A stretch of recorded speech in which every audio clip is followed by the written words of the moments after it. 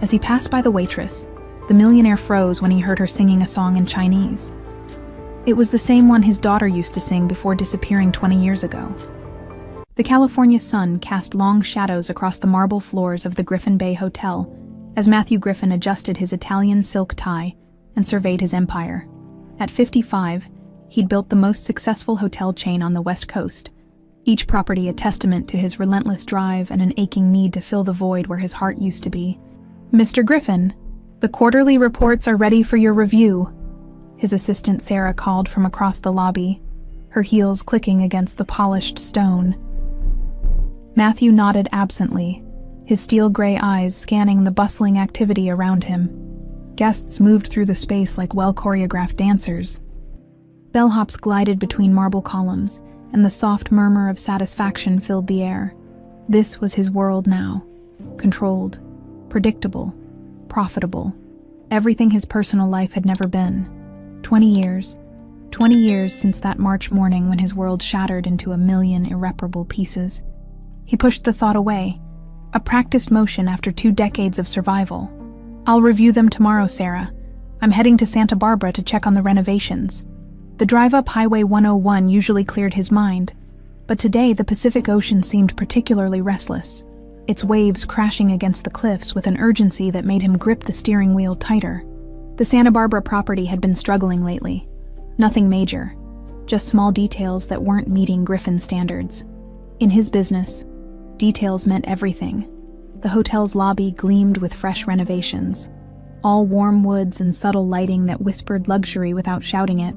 The manager, Roberto Castaneda, greeted him with the kind of nervous energy that suggested everything was running smoothly, but desperately wanted to stay that way. "Mr. Griffin, welcome back. The occupancy rates are up 12% from last quarter, and the restaurant reviews have been exceptional." Matthew made his rounds with methodical precision, checking the concierge desk, inspecting the rooms, ensuring every thread count met his exacting standards. By 7 p.m., his stomach reminded him he'd skipped lunch again, a habit Sarah constantly scolded him about. "There's a nice place downtown," Roberto suggested when Matthew mentioned dinner. Family-owned, authentic atmosphere. "The Jasmine Room, small, but the locals love it." Matthew almost declined.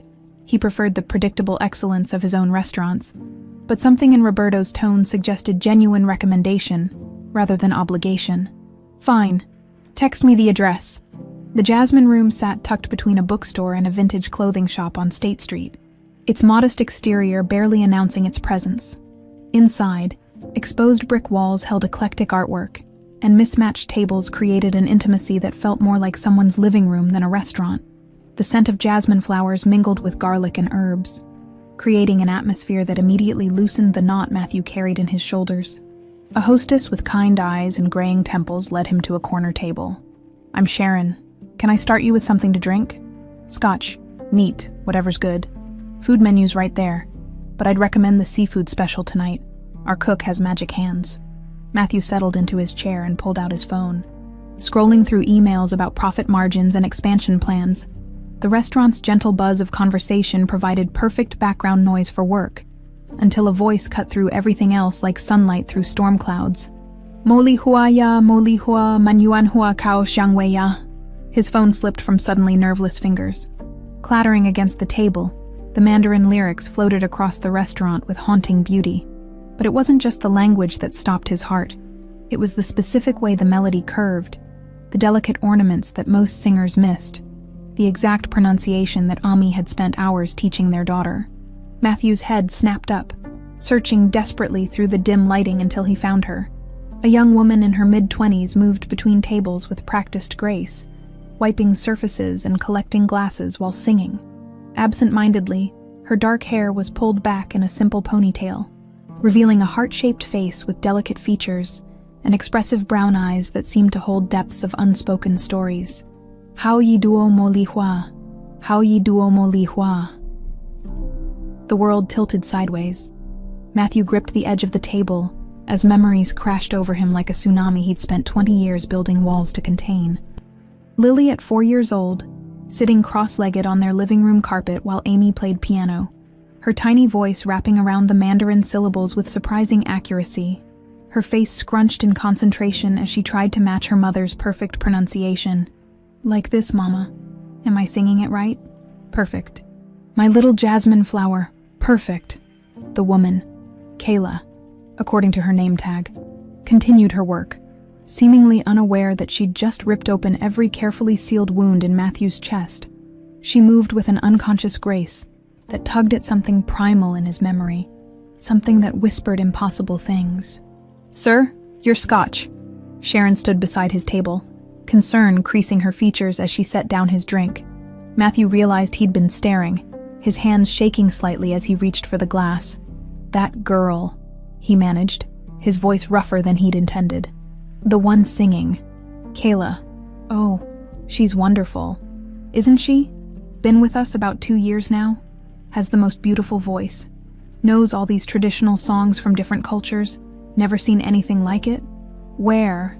Matthew cleared his throat, tried again. "Where did she learn to sing like that?" Sharon's expression softened with something that looked like protective affection. "That's the strange thing. She says the songs just come to her. Like she's always known them, sweet girl. But she's had a hard life, been on her own since she was young." The scotch burned going down, but it helped steady his hands. "Has she always lived in Santa Barbara?" "Oh no, she's only been here a couple years. Traveled around quite a bit before that. I think she mentioned Portland, maybe Seattle. Works harder than anyone I've ever seen." Portland. Matthew's pulse hammered against his temples. The timeline was impossible, insane, but his heart was screaming truths that his rational mind couldn't accept. Across the restaurant, Kayla finished cleaning a table and moved toward the kitchen, her soft humming trailing behind her like a fragrance. As she passed under a pendant light, Matthew caught sight of her left wrist, and his world stopped completely. There, barely visible beneath her sleeve, was a small mark, heart-shaped, about the size of a dime, the exact birthmark that had adorned his daughter's wrist, the tiny imperfection that Ami used to kiss goodnight every evening. "Lily," he whispered, the name escaping like a prayer. 20 years of walls, 20 years of careful control, 20 years of survival. All of it crumbled in the space of a heartbeat. This couldn't be happening. This was impossible. But as Kayla disappeared into the kitchen, still humming their daughter's favorite lullaby, Matthew knew with absolute certainty that his life had just changed forever. He pulled out his phone with trembling fingers and scrolled to a contact he hadn't called in months. Jeff Maldonado, private investigator. The same man who'd searched desperately for Lily 2 decades ago, who'd followed every lead and chased every shadow until there was nothing left to chase. The call connected on the second ring. "Matthew, Jesus, it's been—" "Jeff," Matthew interrupted, his eyes still fixed on the kitchen door where Kayla had vanished. "I need you in Santa Barbara tonight." "What's wrong?" Matthew closed his eyes, feeling the weight of 20 years of grief shifting into something that felt dangerously like hope. "I think I found her." The alarm clock's shrill cry pierced through Kayla's restless sleep at 5:30 a.m., dragging her from dreams that always felt more like memories she couldn't quite grasp. She rolled over in her small studio apartment, squinting at the cracked ceiling that had become as familiar as the ache in her chest, an emptiness she'd carried for as long as she could remember. Her morning routine was practiced efficiency born from years of survival: shower in 3 minutes, coffee from the machine she'd bought secondhand, and a glance in the mirror that revealed tired eyes and questions she'd stopped asking herself long ago. At 25, Kayla Martinez had perfected the art of moving forward without looking back. The only exception was the small jade bracelet resting on her nightstand, its green surface worn smooth by countless nervous touches. Chinese characters she couldn't read were etched into the stone, their meaning as mysterious as everything else about her past. It was her only possession from before March 15, 2006, the day her life officially began according to state records. Found wandering downtown Portland, approximately 6 years old, showing signs of trauma and selective amnesia. She'd memorized every word from her case file, though it told her nothing about who she'd been before that cold morning when Officer Patricia Williams discovered her sitting on a park bench, clutching the jade bracelet and humming a song in a language no one recognized. The drive to the Jasmine Room took 15 minutes through Santa Barbara's winding streets. Kayla had chosen this city 2 years ago for no reason she could articulate. Something about the ocean air and the way the mountains cradled the valley had called to her. She'd followed instincts she didn't understand to a place that felt like coming home, even though she was certain she'd never been here before. "Morning, sunshine," Sharon called from behind the register as Kayla tied her apron. "You're humming again." Kayla paused, realizing she'd been unconsciously singing Mo Li Hua while arranging napkins. "Sorry, was I being too loud?" "Never." "That song is beautiful. What language is it?" "Mandarin," Kayla replied automatically, then frowned. I'm not really sure how I know that." It was an old conversation between them. Sharon had stopped asking where Kayla learned her extensive repertoire of Asian folk songs after realizing the answers were always the same. She didn't know. The melodies simply existed in her mind, like breathing, natural, effortless, and completely inexplicable. The lunch rush brought its usual chaos of tourists and locals, but Kayla's thoughts kept drifting to the man from last night. He'd sat in the corner booth for nearly 3 hours, barely touching his food, while watching her with an intensity that should have felt creepy, but somehow didn't. There had been something familiar in his steel gray eyes, a recognition that made her chest tight with emotions she couldn't name. "Table 6 wants to know if you'll sing that Jasmine song again," Marcus called from the kitchen during a brief lull. Kayla glanced toward the dining room. "Which table?" "The businessman. Been here every day this week, always asks for you to sing. Tips like he owns the place, though." She'd noticed him. Always alone. Always watching. Always leaving generous tips that made her suspicious and grateful in equal measure. Today he wore an expensive suit that probably cost more than her monthly rent, but his eyes held a sadness that expensive clothes couldn't hide. As she approached his table with coffee, he looked up with an expression that made her stomach flutter with inexplicable nervousness. "Good afternoon." "Mr. Griffin, Matthew Griffin." His voice was carefully controlled, but she caught the slight tremor. "I was wondering if I might speak with you about your singing." Kayla's hand tightened on the coffee pot. Years of moving between cities had taught her to be cautious of men who paid too much attention. But something about Matthew Griffin felt different. "What about it?" "I work in entertainment, hotel chains. Specifically, we're always looking for talented performers." He pulled out a business card with elegant lettering. "I'd like to offer you something that might interest you." The card felt heavy in her fingers. "Griffin Hotels and Resorts, with Matthew's name listed as CEO. You want me to sing in your hotels? Among other things, I'm talking about proper voice coaching, professional opportunities. Your talent is exceptional." Heat crept up Kayla's neck. "I'm not trained or anything.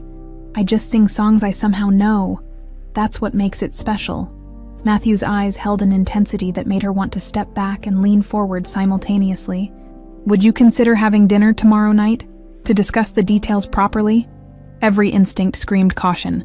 She'd learned young that offers too good to be true usually were, but the way he said special made something deep in her chest respond with recognition. "I don't know anything about you except what's on this card." "Fair enough." Matthew reached into his wallet and pulled out another card. "Call him Jeff Maldonado, private investigator. He's worked with me for years.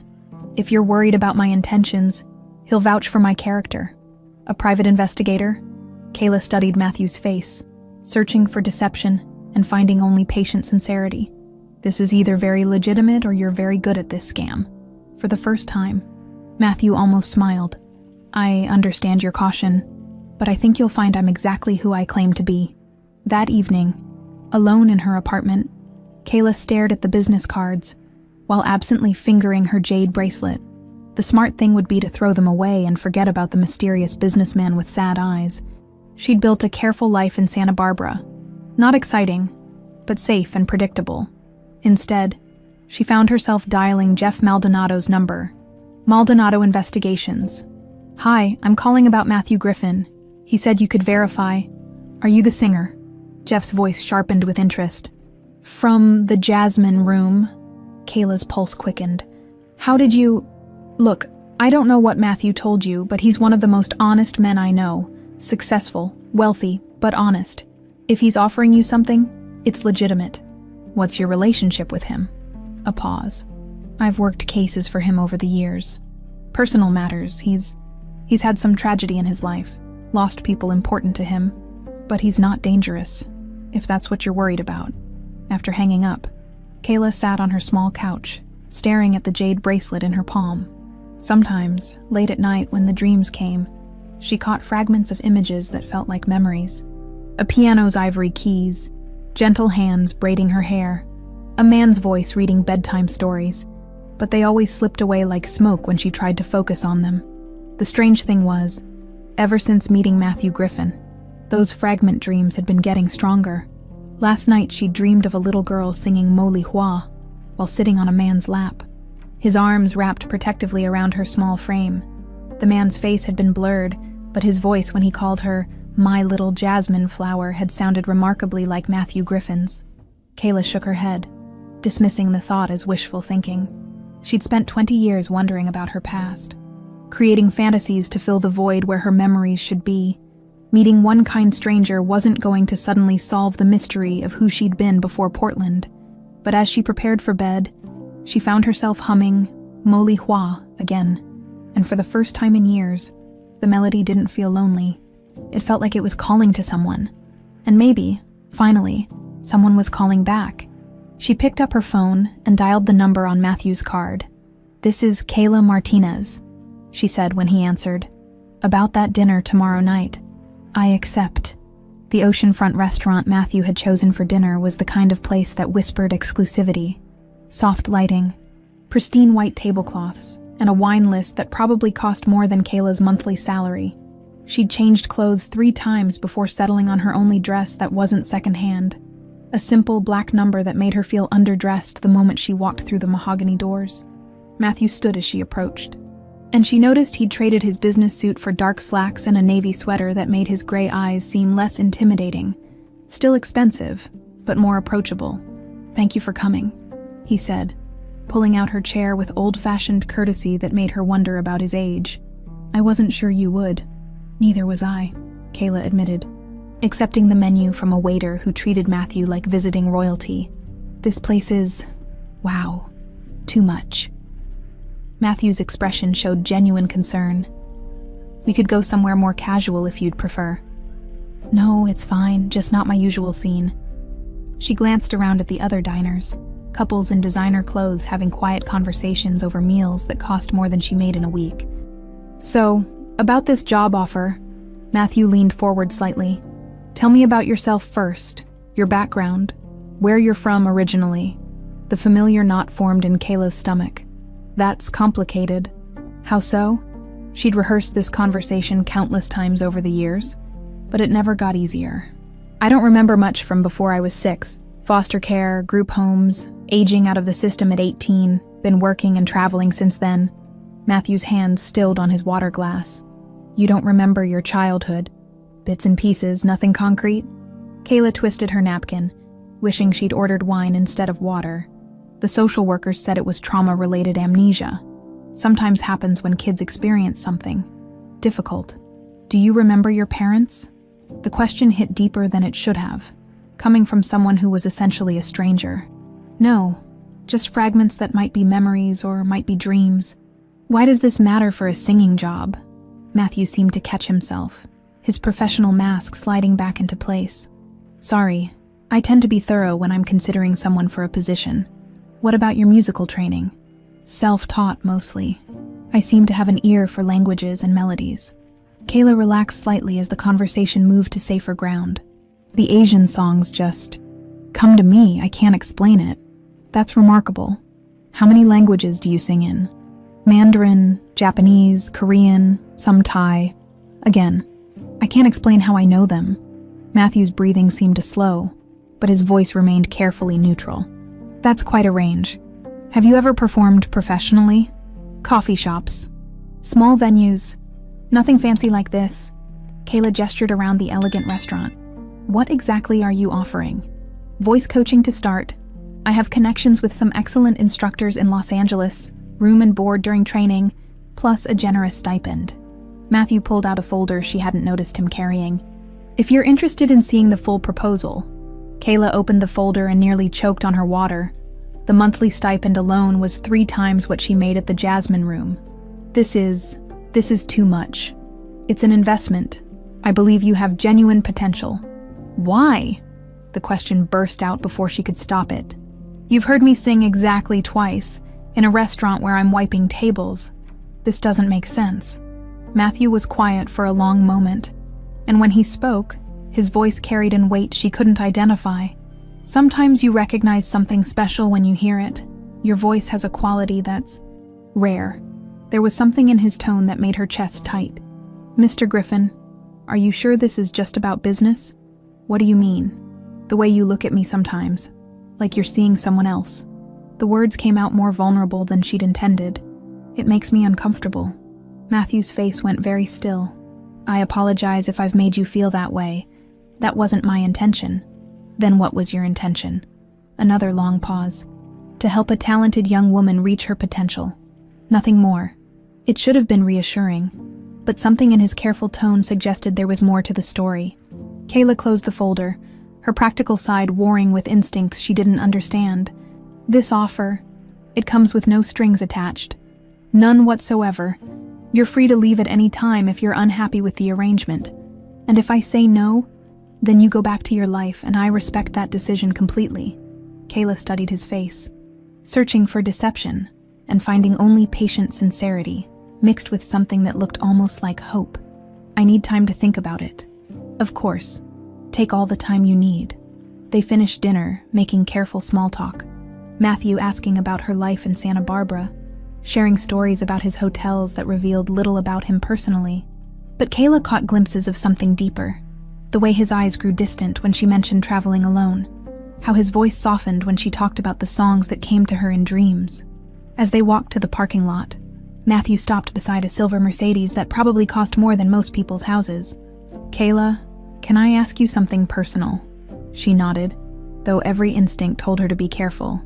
Do you ever feel like you're looking for something? Something you can't name? The question hit so close to home that she actually stepped back. Why would you ask that? Just curious. You seem like someone who's searching. Aren't we all searching for something? Matthew smiled, but it didn't reach his eyes. Some of us more than others. That night, Kayla lay in bed staring at Matthew's contract proposal. The smart thing would be to take the money and run. Voice lessons in LA, a chance to finally make something of her musical abilities. But every interaction with Matthew Griffin left her feeling like she was missing something important. Like there were conversations happening beneath their actual words. She picked up her jade bracelet, running her fingers over the smooth stone as she'd done countless times before. Tonight, though, something was different. For the first time in years, the familiar weight of it felt less like a burden and more like a promise. Her phone buzzed with a text from an unknown number. If you decide to accept, we could start next week. The choice is entirely yours. Yam. Kayla stared at the message for a long time, Matthew's words from dinner echoing in her mind. Sometimes you recognize something special when you hear it. The thing was, she had the strangest feeling he wasn't just talking about her voice. Jeff Maldonado had seen plenty of impossible cases in his 30-year career, but sitting in his downtown office at 2 a.m, staring at files spread across his desk like pieces of a puzzle that shouldn't fit together, he felt the familiar chill of a truth that defied logic. The photograph of 5-year-old Lily Griffin smiled up at him from a 20-year-old missing person report. Dark hair and pigtails, bright eyes, and a heart-shaped birthmark visible on her left wrist. Beside it, surveillance photos he'd taken of Kayla Martinez showed the same delicate features matured into young womanhood, the same expressive eyes, and when she'd pushed up her sleeves while working, the same distinctive birthmark. His phone rang, cutting through the silence. Tell me you found something. Matthew's voice was tight with exhaustion and hope. More than something, Matthew, this is... Jeff rubbed his temples, trying to organize thoughts that felt too big for his head. The timeline matches perfectly. Kayla was found in Portland in March 2006, exactly 1 year after Lily disappeared. Age matches, physical characteristics match, even that birthmark. The DNA test. I'll need a sample. Hair? Something with saliva. Can you get something without arousing suspicion? Already working on it. What else did you find? Jeff flipped through pages of meticulously gathered information. Kayla's foster records are interesting. The social worker who processed her case, Sharon Martinez, that's where she got the last name, noted that the child spoke English with an unusual accent and occasionally said words in what sounded like Asian languages. Ami taught Lily Mandarin and Japanese nursery songs. Matthew whispered. There's more. The original police report mentions she was found with a jade bracelet with Chinese characters. No one could identify what they meant. The silence on the other end stretched so long, Jeff thought the call had dropped. Matthew, that bracelet. Amy bought it for Lily's 4th birthday. Had her Chinese name engraved on it. Matthew's voice cracked. We always called her our little jasmine flower. Jeff felt the pieces clicking into place with an almost audible snap. Moli Hua, the jasmine flower song. How did you... I've been doing research on the songs Kayla sings. Moli Hua is a traditional Chinese folk song. But Matthew, there's something else you need to know. Jeff pulled out another file, this one thicker and darker than the rest. I've been digging into the original kidnapping case. There were always things that didn't add up. How the kidnappers knew Lily's schedule. Why they targeted your family specifically. What are you saying? I'm saying someone on the inside helped them. The accusation hung in the air like smoke from a house fire. Jeff had spent weeks following paper trails and old contacts, piecing together fragments of a conspiracy that had been buried under grief and time. Who? Your sister. Amy. Another silence, this one filled with the sound of Matthew's world shifting on its axis. That's impossible. Amy worked at the school. But she would never... She was the assistant coordinator at Lily's school. She had access to schedules, pickup arrangements, security protocols. Jeff's voice was gentle but relentless. Matthew, I found financial records, payments from accounts linked to known criminal organizations in Southern California. You're suggesting my sister sold information about my daughter to kidnappers. I'm suggesting your sister facilitated a kidnapping that was supposed to be simple extortion, something to embarrass you, maybe force a divorce from Amy. But the criminals had other plans. Jeff had spent 2 sleepless nights reconstructing the timeline, following money trails and interviewing people who'd been peripherally involved in the original investigation. The picture that emerged was ugly, but undeniable. Amy Wright had always resented her brother's success. More specifically, she'd despised his marriage to Amy, an Asian woman who, in Amy's conservative worldview, didn't belong in the Wright family lineage when opportunity presented itself through her position at Lily's exclusive private school. She'd made contact with people who promised a clean, simple kidnapping. Take the child, demand ransom, embarrass Matthew, and watch his multicultural marriage crumble under the pressure. But the criminals Amy had hired were part of a larger network, one that dealt in human trafficking rather than simple extortion. Once they had Lily, they disappeared into the mountains with plans to sell her to buyers overseas. The police raid that summer, Jeff continued, the one that broke up that trafficking ring in the Sierra Nevada mountains, that's when Lily escaped, a 6-year-old running through the woods in terror while gunfire erupted around her. Matthew's breathing sounded labored through the phone. How long before the trauma caused the amnesia? Probably immediate. A child that young, experiencing that level of terror, witnessing violence, the mind protects itself by shutting down memories. And Amy never knew what happened to Lily after that. I don't think so.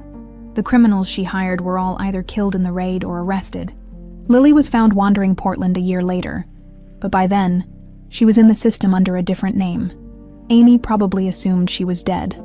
Meanwhile, 300 miles north, Kayla was experiencing her own revelations in the form of increasingly vivid dreams that felt more like recovered memories than unconscious fantasies.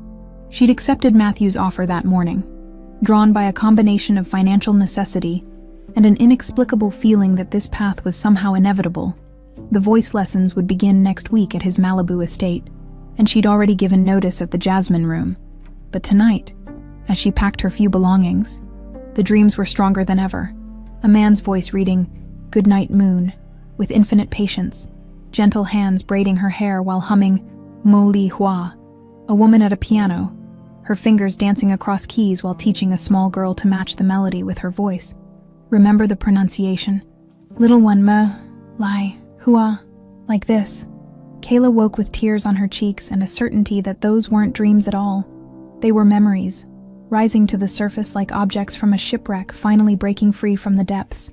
The jade bracelet felt warm in her palm as she held it to the light, tracing the Chinese characters she'd never been able to read. For the first time in 20 years, she wanted desperately to know what they meant. Her phone buzzed with a text from Matthew. "Looking forward to starting your lessons tomorrow. The house has a music room that I think you'll find inspiring." A music room. Kayla's breath caught as another fragment surfaced. A room with a grand piano, afternoon sunlight streaming through tall windows, and the sound of her own small voice singing while her mother played. She typed back, "I can't wait to see it."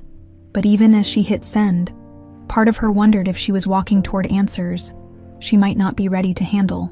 The Griffin estate in Malibu perched on the cliffs like a modernist dream, all clean lines and floor-to-ceiling windows that framed the Pacific Ocean in living artwork. Kayla's beaten-up Honda looked absurdly out of place in the circular driveway next to Matthew's Mercedes and what appeared to be a vintage Porsche. "Welcome to your new home," Matthew said, appearing at her car door before she'd even turned off the engine. At least temporarily. The interior was even more stunning. Polished marble floors, contemporary art that probably cost more than most people's houses, and an openness that made her small apartment feel like a closet by comparison. But what stopped her breath entirely was the music room. The grand piano sat in the center like a magnificent sculpture, its ebony surface reflecting the afternoon sunlight that streamed through enormous windows. Sheet music was scattered across its surface, and Kayla could see well-worn keys that spoke of regular use. "It's beautiful," she whispered, running her fingers along the piano's edge. "Do you play?" "My ex-wife did." Matthew's voice carried a weight that made her look up sharply. She was incredibly talented, taught music professionally. She moved back to Japan several years ago. The way he said it suggested finality rather than temporary separation. "But the piano stays tuned. Sometimes I think it misses being played." Kayla pressed middle C, and the note rang pure and clear through the room. Without conscious thought, she found herself humming Molihua, her fingers picking out the melody she somehow knew by heart. When she looked up, Matthew was staring at her with an expression she couldn't read, intense, almost painful in its focus. "That song," he said carefully. "Where did you learn it?" "I don't know. I've always known it." She lifted her hands from the keys, suddenly self-conscious. "It feels like someone taught it to me when I was very small. But I can't remember who." Matthew turned away, ostensibly to adjust something on a nearby bookshelf, but Kayla caught the tremor in his hands. "Your voice coach will be here tomorrow morning, Isabella Chen. She's worked with some remarkable talents." "Mr. Griffin, are you all right?" "Fine, just..." The song brings back memories. That evening, Kayla explored her guest suite, larger than any apartment she'd ever lived in, with its own sitting area and a view of the ocean that made her feel like she was floating above the world. But as luxurious as it was, something felt familiar about the house's layout, like she was remembering a half-forgotten dream. While Matthew worked in his study, Jeff Maldonado was 3 miles away in a forensics lab, watching a technician process the hair sample he'd retrieved from Kayla's coffee cup at the Jasmine Room. "DNA analysis will take 48 hours, the technician said, sealing the sample in a protective container. "But if you're looking for a familial match, the markers should be pretty clear." Jeff nodded, though part of him already knew what the results would show. 20 years of investigative work had taught him to trust his instincts, and every instinct screamed that Kayla Martinez was Lily Griffin. His phone rang as he walked to his car. "Any updates?" Matthew's voice was tight with tension. "Lab results in 2 days. But Matthew, I've been digging deeper into Amy's involvement, and what I found..." Jeff paused, organizing his thoughts. "The trafficking ring that took Lily was more extensive than we originally thought. Federal investigators traced it to connections in Portland, which explains how Lily ended up there." "Tell me everything." Jeff settled into his car, pulling out files he'd been building for weeks. The leader of the ring was Viktor Kozlov, Russian émigré with connections to organized crime. His operation moved children through a network that stretched from California to Oregon. Amy made contact through an intermediary, probably didn't even know she was dealing with traffickers. How did Lily escape? June 15, 2005, FBI raid on a compound in the Sierra Nevada mountains. During the gunfight, several children managed to run into the surrounding forest. Most were found within hours. But Lily, Jeff's voice grew gentle. She was 5 years old, terrified, and she kept running until she collapsed from exhaustion. Where? About 30 miles north of the compound. A traveling salesman found her the next morning, unconscious and severely dehydrated, took her to the nearest hospital, which happened to be in a small town that didn't have the resources to properly identify her. The bureaucratic failures that followed had been heartbreaking in their mundane incompetence. A rural hospital overwhelmed by a traumatized child with no identification. Social services that were understaffed and overworked. A little girl who couldn't remember her own name, speaking occasionally in fragments of languages that no one in rural California could identify. By the time she was transferred to Portland's child services system, 3 months had passed. Her hair had grown out. Her appearance had changed with trauma and malnutrition. And the missing child reports from California seemed like they were describing a different person entirely. Amy never knew she survived, Matthew said. And it wasn't a question. I don't think so. The criminal network collapsed after the raid. Everyone Amy had dealt with was either dead or in federal prison. For 20 years, she probably believed Lily died in that compound. While Jeff was reconstructing the past, Kayla was experiencing it in fragments that grew clearer by the hour.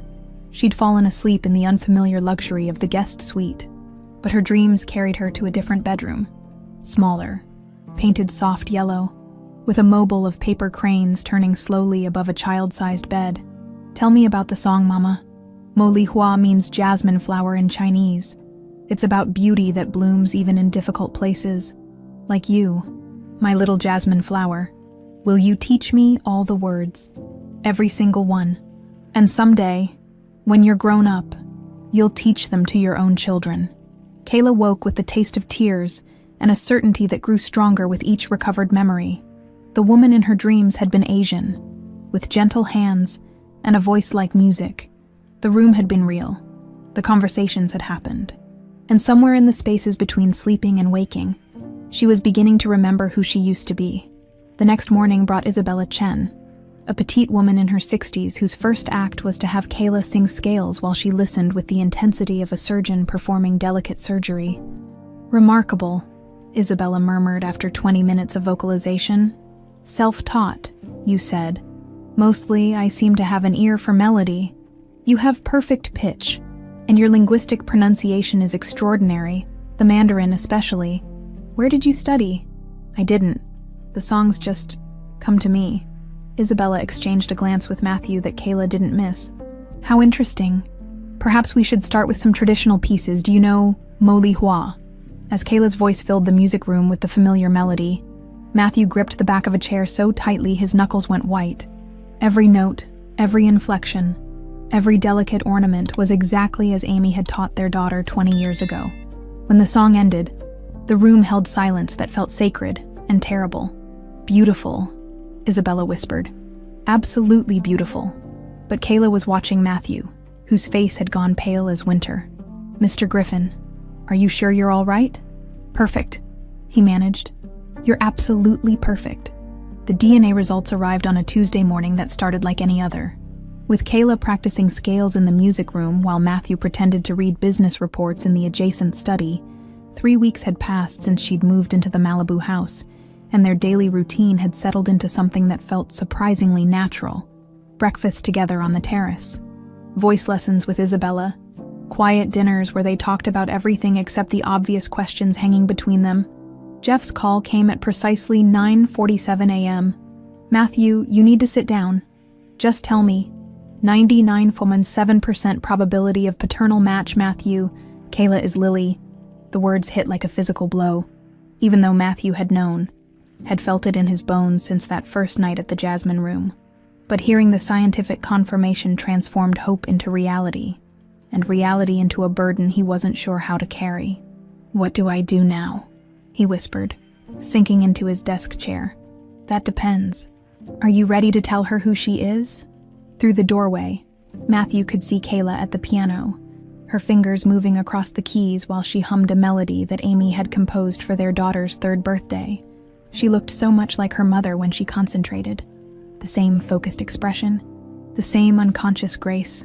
She's starting to remember things, Matthew said. Yesterday she mentioned dreaming about a yellow bedroom with paper cranes. That was her nursery. The memories are coming back naturally. Maybe it's time for the truth. But Matthew wasn't sure he was ready for that conversation. How do you tell someone that their entire life has been built on a foundation of trauma and loss? How do you explain that you've been watching them, studying them, falling in love with the person they've become while grieving the child they used to be? Meanwhile, 3 states away, Amy Wright was experiencing her own crisis of recognition. She'd been following her brother's life from a distance for years, reading business magazines that featured his hotel empire, monitoring social media posts from his properties. It was a guilty obsession born from 20 years of buried secrets and sleepless nights. The photo appeared in a Los Angeles entertainment blog. Hotel magnate Matthew Griffin sponsors rising musical talent. The image showed Matthew and a young woman standing beside a grand piano, both smiling for the camera. The woman was identified as Kayla Martinez, a singer being groomed for performances at Griffin Properties. Amy stared at the photograph until her hands shook. The face looking back at her was older, more refined, but unmistakably familiar. It was the face that had haunted her dreams for 2 decades. The face of the 5-year-old niece whose kidnapping she had orchestrated in a moment of jealous madness. Lily, she whispered to her empty living room. Frank, her husband, found her an hour later, still staring at the computer screen with tears streaming down her face. Amy, what's wrong? She's alive, Frank. After all these years, she's alive. Back in Malibu, Kayla was discovering that having unlimited access to a professional music room was like being given keys to a kingdom she'd always dreamed about. Isabella had introduced her to vocal techniques that unlocked range and power she didn't know she possessed. While Matthew provided an audience that seemed to hang on every note, their relationship had evolved into something she couldn't quite define. He was too young to be a father figure, too old to be a romantic interest, but too caring to be just a business mentor. The way he looked at her sometimes, with a mixture of wonder and pain that made her chest tight, suggested depths of feeling that neither of them acknowledged aloud.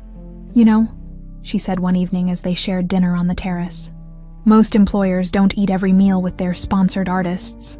Matthew paused with his wine glass halfway to his lips. Are you uncomfortable with the arrangement?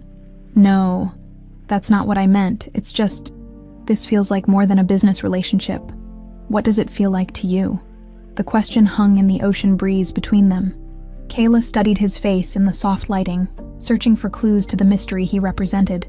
Like family, she said finally, which is crazy, because I barely know you. Matthew's expression grew very still.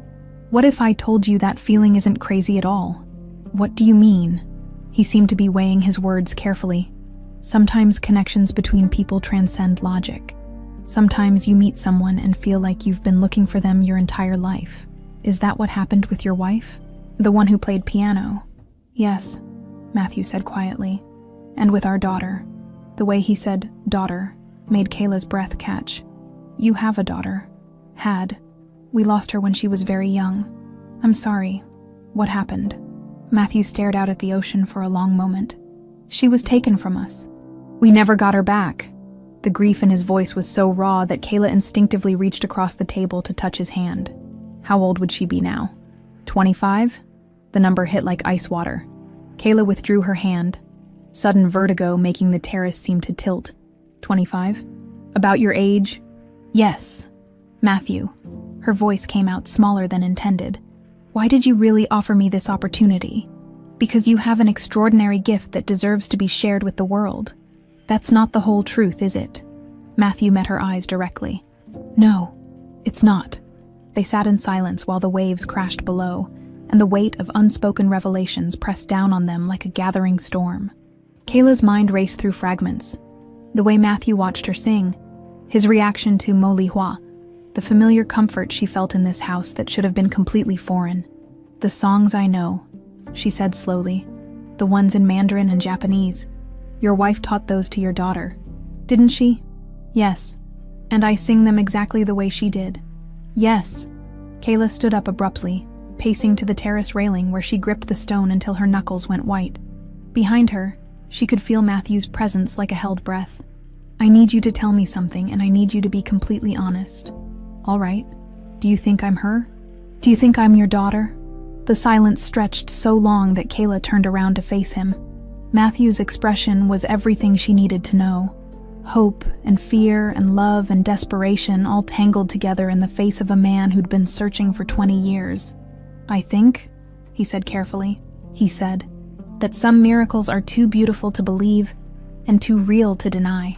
Kayla felt tears starting, though she couldn't say if they were from joy or terror. The DNA test. You already did one, didn't you? Matthew nodded. And, you're my daughter, Lily. You've always been my daughter. The revelation that she was Lily Griffin hit Kayla like a tidal wave that kept crashing over her in successive moments of recognition and disbelief. For 3 days after Matthew's confession, she barely left her room, emerging only for meals that neither of them could eat while sitting across from each other in a silence heavy with 20 years of grief and joy colliding.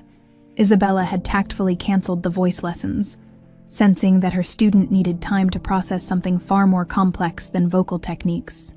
Meanwhile, Matthew found himself paralyzed between the overwhelming happiness of having his daughter back and the terror that pushing too hard, too fast, might drive her away again.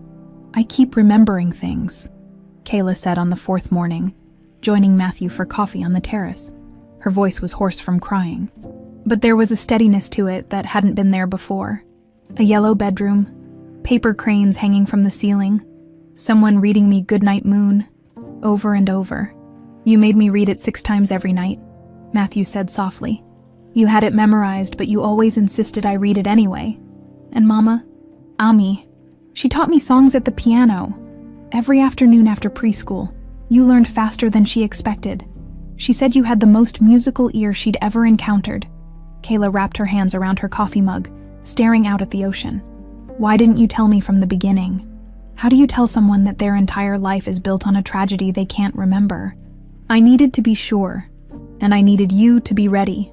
Ready for what? Matthew hesitated. Ready to learn who took you from us. 300 miles away in San Diego. Amy Wright was having her own crisis of readiness. The photograph from the entertainment blog had confirmed her worst nightmare. Lily Griffin was alive, grown up, and apparently being embraced back into the family that Amy had tried to destroy 20 years ago. She'd spent sleepless nights researching Kayla Martinez, finding traces of a young woman who'd moved frequently, worked service jobs, and seemed to have no family connections prior to 2006. The timeline was perfect, the resemblance undeniable, and the terror that gripped Amy's chest grew stronger with each piece of evidence. Frank found her in their home office at 3 a.m., surrounded by printed articles and photographs. Amy, you need to sleep. This obsession isn't healthy. It's not an obsession, she snapped, then immediately softened her tone. Her husband didn't know about her role in Lily's disappearance. Nobody knew except the criminals who were all dead or imprisoned. I think this girl might be related to our family somehow. Frank looked at the scattered papers. Matthew's sponsored musician. She does look a bit like your side of the family, but more than a bit, Frank. Look at her face. Really look at it. Frank studied the photographs with the attention Amy demanded, and she watched understanding dawn in his expression. Oh my God, you think she's Lily? I know she's Lily, but that's impossible. Lily was kidnapped 20 years ago. The police said a lot of things. They never found a body. Frank sat down heavily in the chair across from her desk. Amy, even if this girl is somehow Lily, wouldn't that be wonderful news? Your brother's daughter, alive and well after all these years? Amy couldn't explain the panic that clawed at her throat. She couldn't tell Frank that wonderful news for Matthew meant devastating exposure for her. If Lily's memories ever fully returned, if investigators reopened the case with new evidence, if anyone looked too closely at who had access to information about the little girl's schedule. I need to see her, Amy said. In person. What are you talking about? I need to go to Los Angeles to see if it's really her. Frank's expression grew concerned. Amy, you've been acting strange ever since you saw that article. Maybe you should talk to someone. I'm not crazy, Frank. I just need to know for sure. The next morning, Amy called in sick to her job at the community college where she worked as an administrator and drove north toward Malibu. She had no plan beyond seeing Kayla Martinez with her own eyes, confirming what her heart already knew, and figuring out how to protect herself from the consequences of a crime she'd tried to forget for 20 years.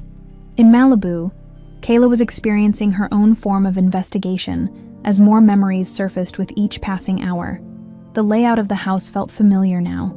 She remembered running down the hallway that led to Matthew's study, remembered sitting on the kitchen counter while someone made her breakfast, remembered the view from her bedroom window that overlooked the same ocean she was staring at now.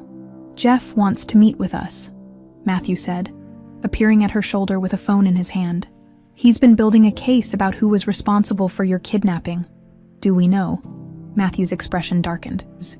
"We have strong suspicions, but Kayla, Lily, I need you to understand that the truth might be harder to accept than the mystery." "Why?" "Because the person who betrayed us was family." The words hit like ice water. Kayla turned to face him fully. "What do you mean, family?" "My sister Amy. She worked at your school. She had access to your schedule, your pickup routines. Jeff found evidence that she provided information to the kidnappers." "Your sister? But why would she—" "Jealousy. Prejudice. She never approved of my marriage to your mother." Matthew's voice grew bitter. "She thought a simple kidnapping would embarrass me enough to end the marriage. She didn't know the criminals she contacted were involved in human trafficking." Kayla sank into a nearby chair, the weight of betrayal adding another layer to her already overwhelming emotional state. "She thought she was just... what? Having me kidnapped for ransom?" "I believe so, but the people she hired had different plans." "Where is she now?" "Still in San Diego. As far as we know, still working, still married, still living her life while we've spent 20 years believing you were dead." The rage that swept through Kayla surprised her with its intensity. This woman, her aunt, had destroyed her family, stolen her childhood, caused 20 years of grief and separation, all because she disapproved of her brother's choice in wives. "I want to see her," Kayla said suddenly. "What?" "I want to confront her. I want to look her in the eye and ask her how she could do that to a 5-year-old child." Matthew knelt beside her chair, taking her hands in his. "Lily, I understand the need for answers, but confronting Amy could be dangerous. If she realizes you remember—" "I'm not 5 years old anymore, Dad." The words slipped out naturally, and both of them froze at the sound of it. "I'm 25, and I'm tired of being a victim. I want answers." Matthew's eyes filled with tears at hearing her call him Dad for the first time in 20 years. "Then we'll get them. But we do this carefully. With Jeff's help. Amy has lived with this secret for 2 decades. There's no telling how she'll react if she feels cornered." Neither of them knew that Amy was already cornered, sitting in her car in the public parking area near the Malibu house, watching through binoculars as the young woman she'd destroyed moved around the terrace like she belonged there, like she'd come home. The Griffin Bay Hotel's rooftop terrace had been transformed into something magical for Kayla's debut performance. String lights draped between pillars, tables adorned with white jasmine flowers, and a small stage positioned to take advantage of the spectacular ocean view. Los Angeles' entertainment elite mingled with hotel guests and business associates, creating exactly the kind of audience that could launch a musical career. Matthew stood at the edge of the crowd, watching Kayla perform sound checks with Isabella. 3 weeks had passed since their revelation, and while the adjustment period had been emotionally turbulent, they'd found their footing as father and daughter. The awkwardness was fading, replaced by a bond that felt both brand new and 20 years in the making. "She's nervous," Isabella observed, joining Matthew near the bar. "First time performing for an audience this sophisticated." "She'll be magnificent," Matthew replied, though his own nerves were evident in the way he adjusted his tie for the 3rd time. "She always is." The guest list included music producers, entertainment journalists, and several celebrities who frequented Griffin properties. Matthew had pulled every string in his considerable network to ensure Kayla's debut would be impossible to ignore. What he didn't know was that the guest list had one uninvited addition. Amy Wright had driven up from San Diego that afternoon, her car loaded with supplies that painted a picture of a woman whose grip on reality was slipping. In the trunk, rope, zip ties, a .38 caliber revolver that had belonged to their father, and a hastily written letter confessing to the kidnapping, insurance against the possibility that she might not survive the night. She'd spent 2 weeks researching the hotel's layout, studying security procedures, and monitoring social media posts about the event. Getting inside had been easier than expected. The chaos of catering deliveries and event setup provided perfect cover for someone who looked like she belonged. Now she sat at a corner table, nursing a glass of wine and watching her brother beam with paternal pride as he introduced his discovered talent to influential guests. The sight made her stomach churn with a mixture of jealousy and terror that had only intensified over the years. "Ladies and gentlemen," Matthew's voice carried across the terrace as the sun set behind him. "Thank you for joining us tonight to celebrate the debut of an extraordinary artist. Kayla Martinez possesses a gift that transcends mere talent. She has the ability to touch souls through music." Kayla appeared from the side entrance, elegant in a flowing midnight blue dress that caught the string lights like captured starlight. Her dark hair was swept up to reveal the graceful line of her neck, and when she smiled at the applauding crowd, Amy felt another stab of recognition. That smile was pure Griffin, confident, warm, and absolutely devastating. "Good evening," Kayla said into the microphone, her voice carrying the perfect blend of gratitude and poise that Isabella had drilled into her. "I'm honored to be here tonight, and I'd like to begin with a song that holds special meaning for me, a traditional piece that speaks to the beauty of finding home." The opening notes of Mo Li Hua filled the terrace, and Amy watched in horrified fascination as the 5-year-old she'd helped destroy transformed into a young woman of extraordinary grace and power. Kayla's voice soared over the melody, each note perfect, each phrase infused with an emotional depth that silenced the sophisticated crowd completely. As she sang, Amy noticed the way Matthew watched his daughter, with an expression of such pure love and pride that it made her own heart ache with jealous rage. This should have been impossible. Lily Griffin should have disappeared forever into the trafficking network that Amy's greed and prejudice had fed her to. The fact that she stood here now, beautiful and talented and beloved, felt like a cosmic joke at Amy's expense. The performance lasted 45 minutes, with Kayla moving seamlessly between languages and styles, demonstrating a range that left the audience breathless. When she finished with a haunting rendition of Amazing Grace in Mandarin, the standing ovation seemed to go on forever. "Thank you," Kayla said, tears glistening in her eyes as the applause finally died down. "This has been the most incredible night of my life." As guests moved toward the reception area for dinner and champagne, Kayla slipped away from the crowd and climbed the stairs to the hotel's upper terrace. The performance had been exhilarating but draining, and she needed a few minutes alone to process the overwhelming emotions of the evening. The upper terrace was deserted, its infinity pool reflecting the lights of the city below. Kayla kicked off her heels and sat on the edge, letting her feet dangle in the warm water while she replayed the evening's highlights. She'd done it, her first real performance, and it had been everything she'd dreamed of and more. "You were magnificent tonight." Kayla turned at the unfamiliar voice to find a woman in her 50s standing near the terrace entrance. She was well dressed, but looked out of place somehow, her expression a mixture of admiration and something darker. "Thank you," Kayla replied politely, though something about the woman's intense stare made her uncomfortable. "I don't think we've been introduced." "No, we haven't. But I know exactly who you are, Lily." The name hit like a physical blow. Kayla stood up quickly, water dripping from her feet onto the tile. "I'm sorry, what did you call me?" "Lily Griffin. That's your real name, isn't it?" The woman stepped closer, and Kayla could see her hands shaking slightly. "I've been watching you, studying you. You look exactly like your mother when she was young. Who are you?" "I'm Amy Wright, Matthew's sister." The words came out like a confession.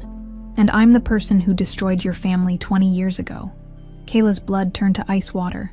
This was her aunt, the woman who had orchestrated her kidnapping, who had torn apart her family and stolen her childhood. Face to face with the architect of her trauma, Kayla found herself frozen between rage and disbelief. "You," she whispered. "Me." Amy's voice broke slightly. "I never meant for it to go so far. I just wanted to embarrass Matthew to break up his marriage with that woman. I didn't know the people I hired were traffickers." Kayla finished, her voice growing stronger with anger. "You didn't know they would sell a 5-year-old child into slavery." "I've lived with the guilt for 20 years, Amy said, tears starting to fall. "Every day, knowing what I'd done, and now you're here, alive and beautiful and talented, and he gets to have his happy ending while you what?" Kayla demanded, stepping forward despite every instinct telling her to run.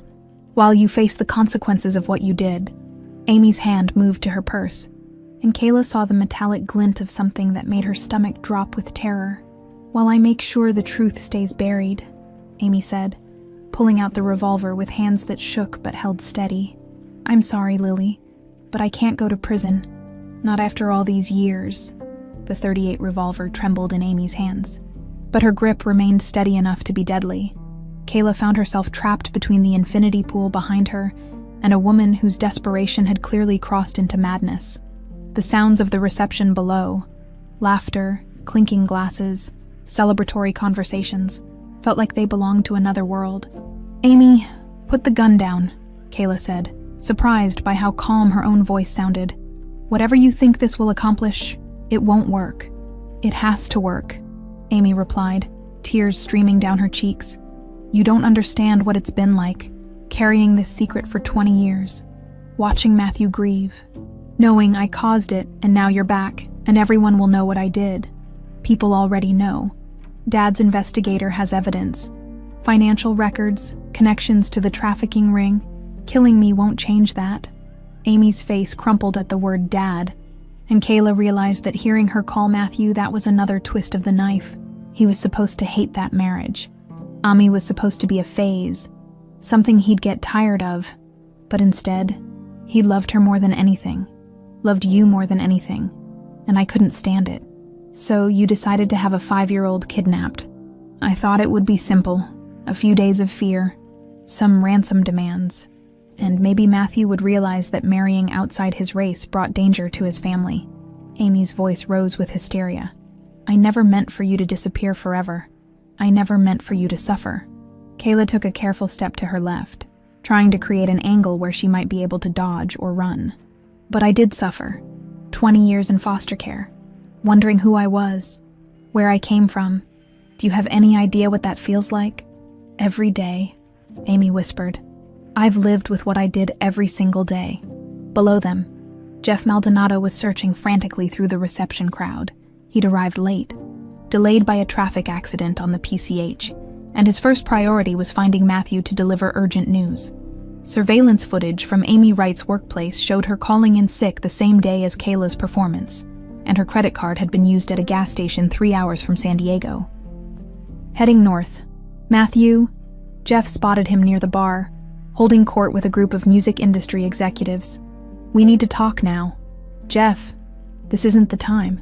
Amy's here, in Los Angeles, possibly at this hotel." Matthew's face went white. "What?" "I've been tracking her movements. She left San Diego this morning, and I have reason to believe she knows about Kayla's identity." Without another word, Matthew was moving, pushing through the crowd toward the stairs that led to the upper levels. Jeff followed, speaking rapidly into his phone to contact hotel security. On the upper terrace, Amy was growing more agitated by the minute. "Where is he? Matthew should be here by now. He always checks on his precious investments. He'll come looking for me eventually," Kayla said, trying to keep Amy talking while searching for any possible escape route. "But this won't end the way you think it will. Even if you hurt me. People know about your involvement in the kidnapping. Then I'll have to hurt him too." Amy's voice had taken on a dreamy quality that was somehow more terrifying than her earlier hysteria. "And then myself. A murder-suicide, tragic family drama. Frank will get the insurance money and maybe he'll understand why I had to do it." "Amy, listen to me. You're talking about murdering your own brother and niece. I'm talking about ending 20 years of guilt and fear." Amy raised the gun with both hands, pointing it directly at Kayla's chest. "I'm sorry, Lily. I'm so sorry for all of it." The sound of footsteps on the stairs made both women freeze. Matthew appeared at the top of the staircase, taking in the scene with the kind of instant comprehension that comes from a parent's worst nightmare. "Amy, don't do this." "Matthew." Amy didn't turn around, but her voice carried a lifetime of complicated sibling emotions. "I wondered when you'd figure it out. I've known for weeks. Jeff found evidence of your involvement." Matthew moved slowly closer, his hands visible and non-threatening. "But we can work this out.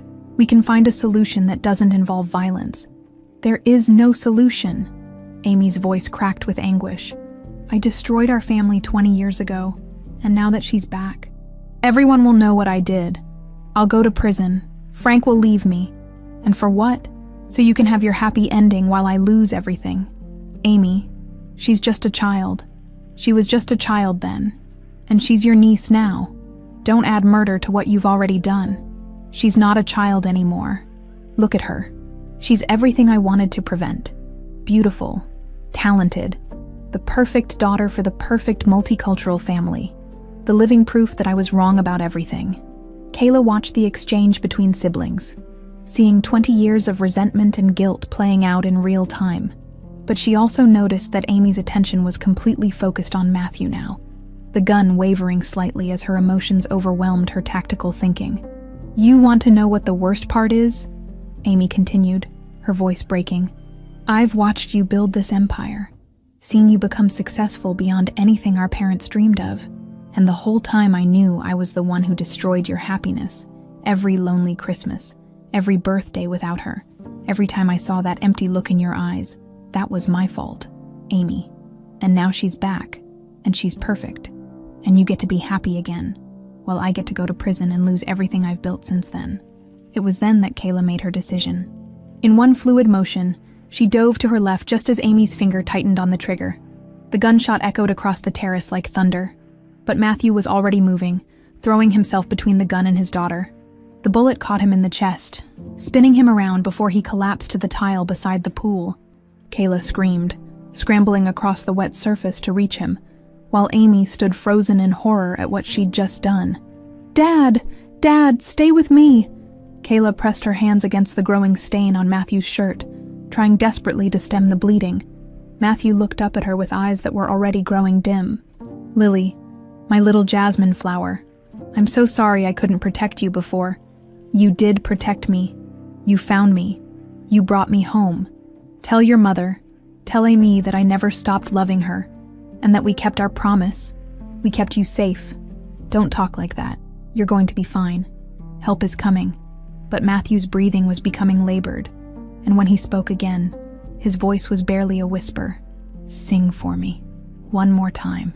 Through her tears, Kayla began to hum, Mo Li Hua, the same lullaby that had connected them across 20 years of separation, as her voice filled the night air.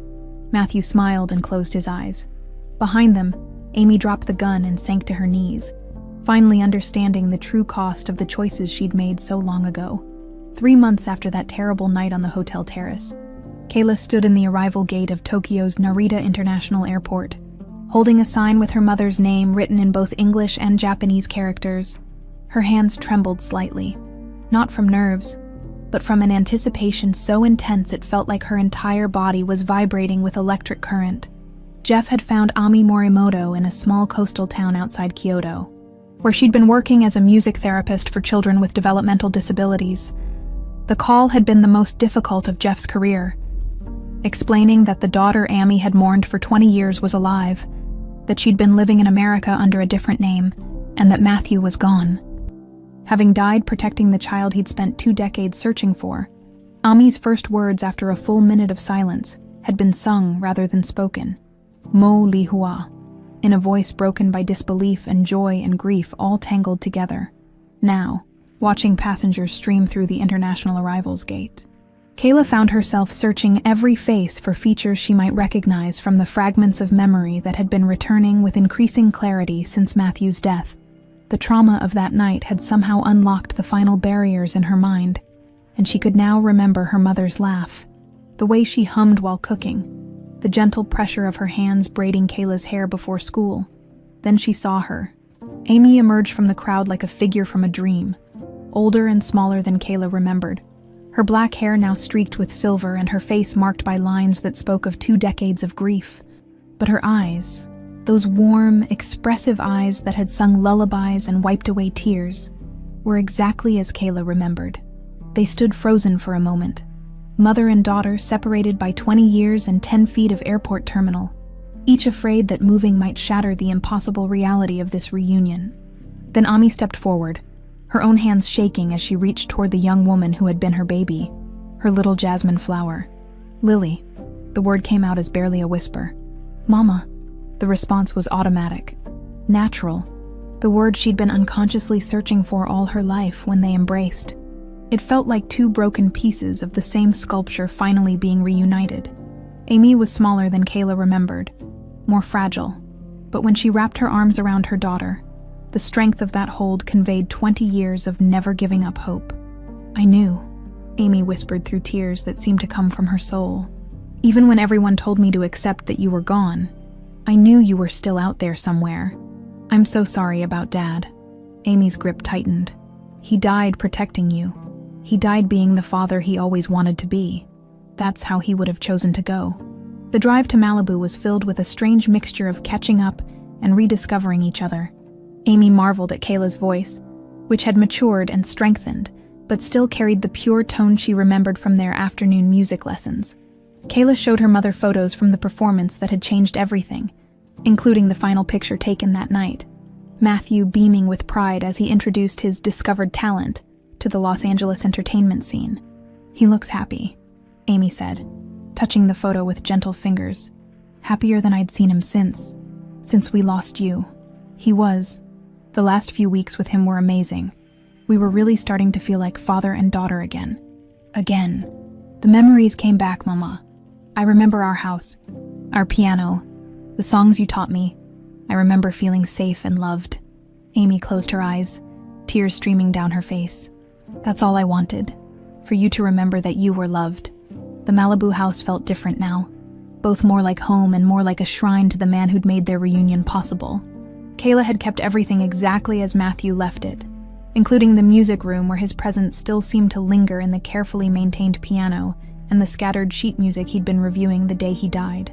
"He kept it tuned," Amy observed, running her fingers across the keys. "All these years, he said it missed being played." Amy sat down on the bench and began to play the opening notes of Moli Hua, the melody that had connected their family across 2 decades of separation. Kayla joined her, singing the words she'd never forgotten. And for the first time since Matthew's death, the music room felt alive with something other than grief. "There's something I need to tell you about the future," Kayla said when the song ended. "About what I want to do with Dad's legacy." She explained her plans for the Matthew and Lily Foundation, a non-profit organization dedicated to finding missing children and supporting families affected by trafficking and kidnapping. The Griffin Hotel empire would continue operating, but its profits would fund the foundation's work, turning Matthew's business success into a force for reuniting other broken families. "It's what he would have wanted," Amy said, her voice filled with pride. "He always believed that wealth meant nothing if it wasn't used to help others. I want you to be part of it. As director of music therapy programs, I've seen what music can do for trauma survivors. It saved my life in a way. If we can use it to help other children heal." Amy's answer was to begin playing again, this time a gentle melody she'd composed years ago for her lost daughter. "I never thought I'd have the chance to use music to heal trauma again. I thought my heart was too broken." The sentencing of Amy Wright had been surprisingly swift.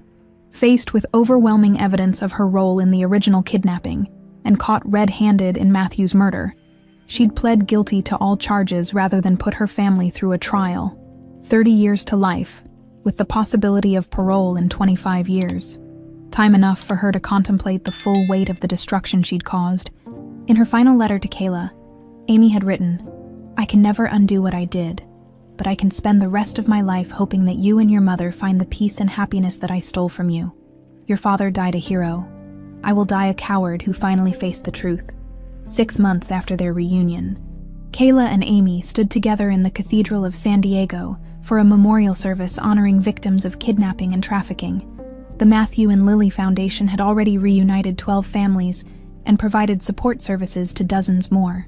The ceremony would feature children from their programs singing together, a choir of survivors using their voices to honor those who hadn't made it home.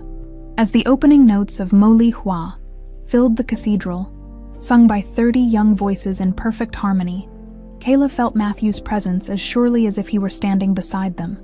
In the audience, she spotted other families who'd been reunited through the foundation's work, parents holding children they'd thought were lost forever.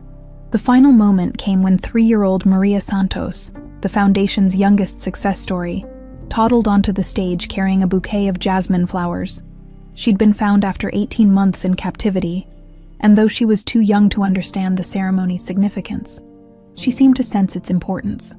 As Maria handed the flowers to Kayla, the little girl looked up and said clearly, "For the daddy who helped me come home." Kayla knelt down to Maria's level, accepting the flowers with hands that shook with emotion. Yes, baby, for the daddy who helped all of us come home. Later, at Mount Hope Cemetery, Kayla and Amy placed the jasmine flowers on Matthew's grave. The headstone read simply, Matthew Griffin, beloved father and protector. Thank you, Papa, Kayla whispered, for never giving up, for finding me, for showing me what love really means. As they walked away, Amy began humming Mo Li Hua softly, and Kayla joined her, their voices blending in the ancient melody of jasmine flowers that bloom even in the darkest places. The love they'd thought was lost forever had found its way home.